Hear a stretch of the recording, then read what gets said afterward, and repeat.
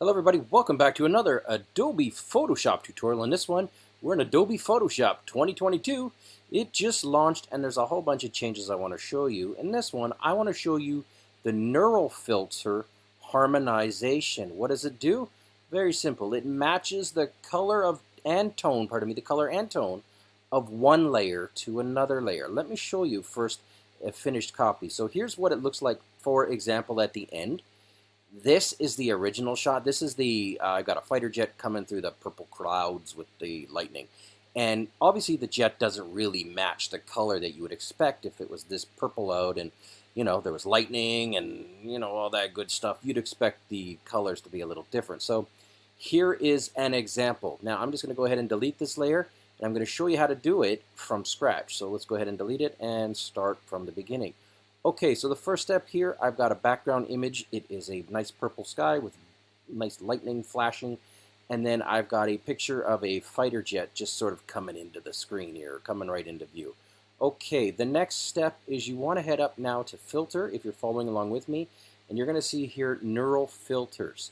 Left click on Neural Filters, and when you do that, it's going to obviously load up the Neural Filters side of things, but here it is. Harmonization. Now, I'm going to just go ahead and let you know that this is a 208 megabyte download that you have to do in order to use this filter, so keep in mind that it might take a few seconds. I've already done it, so now I'm going to left click on it and it's going to enable harmonization. When I do that, you're going to see nothing really happened yet, but what you have to do is you got to hover over select a layer, and now I'm going to select background. When you do that, things are about to change. It's processing on device, as you can see here. And presto, this is the default that it gives you. Now, you can go ahead and make changes if you want it to be maybe less strong, for example. So you don't want it to be like that dark.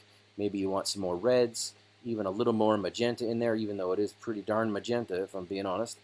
And again, you can make some changes. Maybe you want to desaturate it a little bit, for example. Again, season it to your taste. And for me, maybe we're going to increase the brightness.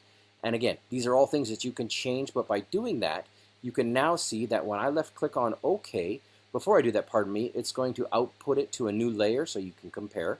So I'm going to go make sure new layer selected, left click on OK, and it does its thing, and now all of a sudden the fighter jet takes on some of the background and some of the tone and color of the background image. This is the before, which is, whatever. It's just two stock images on top of each other.